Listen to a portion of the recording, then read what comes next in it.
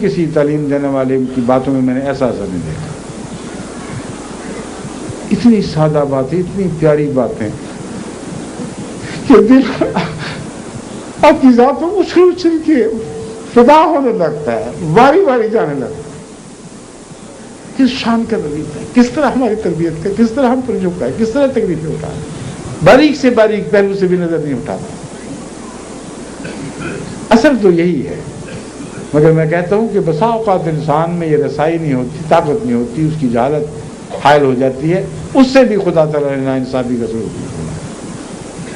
وہ بھی اگر اپنے نفس میں ڈوبے گا تو بالآخر حضرت محمد رسول اللہ کے وسیلے سے وہ خدا تک ہی پہنچے گا، اور جو اس کی مشکل راہیں خدا آسان کر دے گا. بس اپنی لا علمی کی وجہ سے مایوس نہ ہو، اپنے اس ماحول کی وجہ سے مایوس نہ ہو جس میں تمہاری تربیت اچھی نہیں ہوئی، بلکہ کرخت قسم کے مزاج ضرور نما.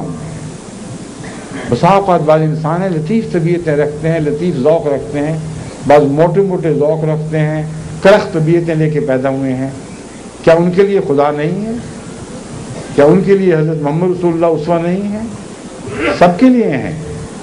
صحابہ کے مزاج کو دیکھیں، پہلے کیا تھا؟ بڑے بڑے کرخت لوگ تھے، بڑے بڑے ظالم لوگ تھے، ایسے سفاک کہ ان کی مثال دنیا کی دوسری قوموں میں دکھائی نہیں دیتی. کب کوئی قوم ایسی پیدا ہوئی تھی جو اپنی بیٹیوں کو ذبح کر دے اور زندہ دفنا دے، زندہ درگور کر دے؟ عرب وہ لوگ تھے. اس لیے یہ نہ سمجھے کہ محمد رسول اللہ کا کام کوئی آسان کام تھا، یا آپ کی تربیت میں کوئی اعجاز نہیں تھا. آپ کی پیروی اپنی ذات میں یہ اعجاز رکھتی ہے کہ انسان کی کایا پلٹ کے رکھ. ایک موقع پر ایک شخص نے عرض کیا، پرانی جاہلیت کی باتیں کر رہا تھا، تو کہنے لگا کہ ایک دفعہ مجھے بھی ایک بیٹی ملی تھی، مجھے پتہ نہیں تھا کہ میری بیٹی ہے. میں سفر پر تھا، میری بیوی نے چھپا لیا اور کسی اور کی بیٹی بتایا، اور وہ گھر میں پلتی رہی. وہ اتنی پیاری تھی، اتنی خوبصورت، اتنی خوبصورت کہ میں تو اس کا لٹو ہو گیا، اس پر عاشق ہو گیا، اپنی بیٹی پر. کتنی پیاری بیٹی خدا نے بخشی. یہاں تک کہ جب بڑی ہوئی اور ماں نے یقین کر لیا کہ اب میں اس کو قتل نہیں کر سکتا، تب اس نے مجھے بتایا اور میری جاہلیت جوش مار کر غالب آ گئی. میں نے کہا اچھا یہ چیز ہے جو میرے گھر میں پیدا ہوئی ہے، میں بیٹی کا باپ. میں نے بہانہ بنایا کہ آؤ تمہیں سفر پر لے کے جاؤں. اسے جنگل میں لے گیا، ایک قبر کھود دی، اس میں اس کو لٹایا اور مٹی ڈال دیا.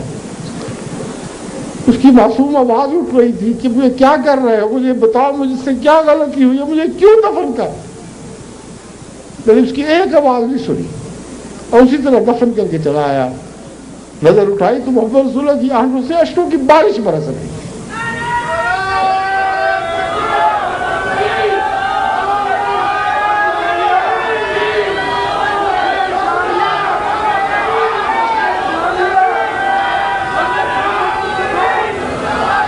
اب بار بار یہ فرما رہے تھے کہ جو رحم نہیں کرتا اس پر رحم نہیں کیا جائے گا، جو رحم نہیں کرتا اس پر رحم نہیں کیا جائے گا.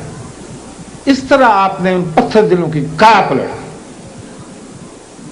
محمد رسول اللہ کے اخلاق کی ضربوں نے ان کو ایسے پھاڑا کہ ان سے رحمت کے چشمے پھوٹ پڑے.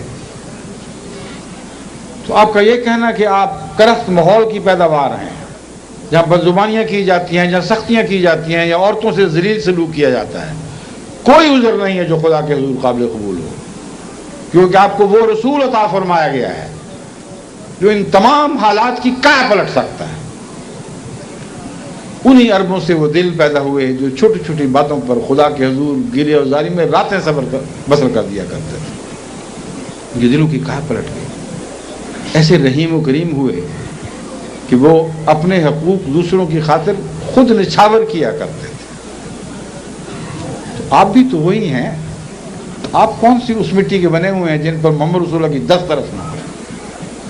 پتھروں تک بھی اس عظیم رسول کی دسترس تھی، اس کے ہاتھوں میں وہ شفا تھی جو ذلیل سے ذلیل بیماریوں کو بھی شفا بخش دیا کرتے تھے. کون سی بیماریاں ہیں جن پر آپ مایوس ہو سکتے ہیں؟ کون سی طبیعت کی کرختگیاں ہیں جنہیں محمد صلی اللہ علیہ وسلم نرم نہیں کر سکتے تھے یا کر سکتے؟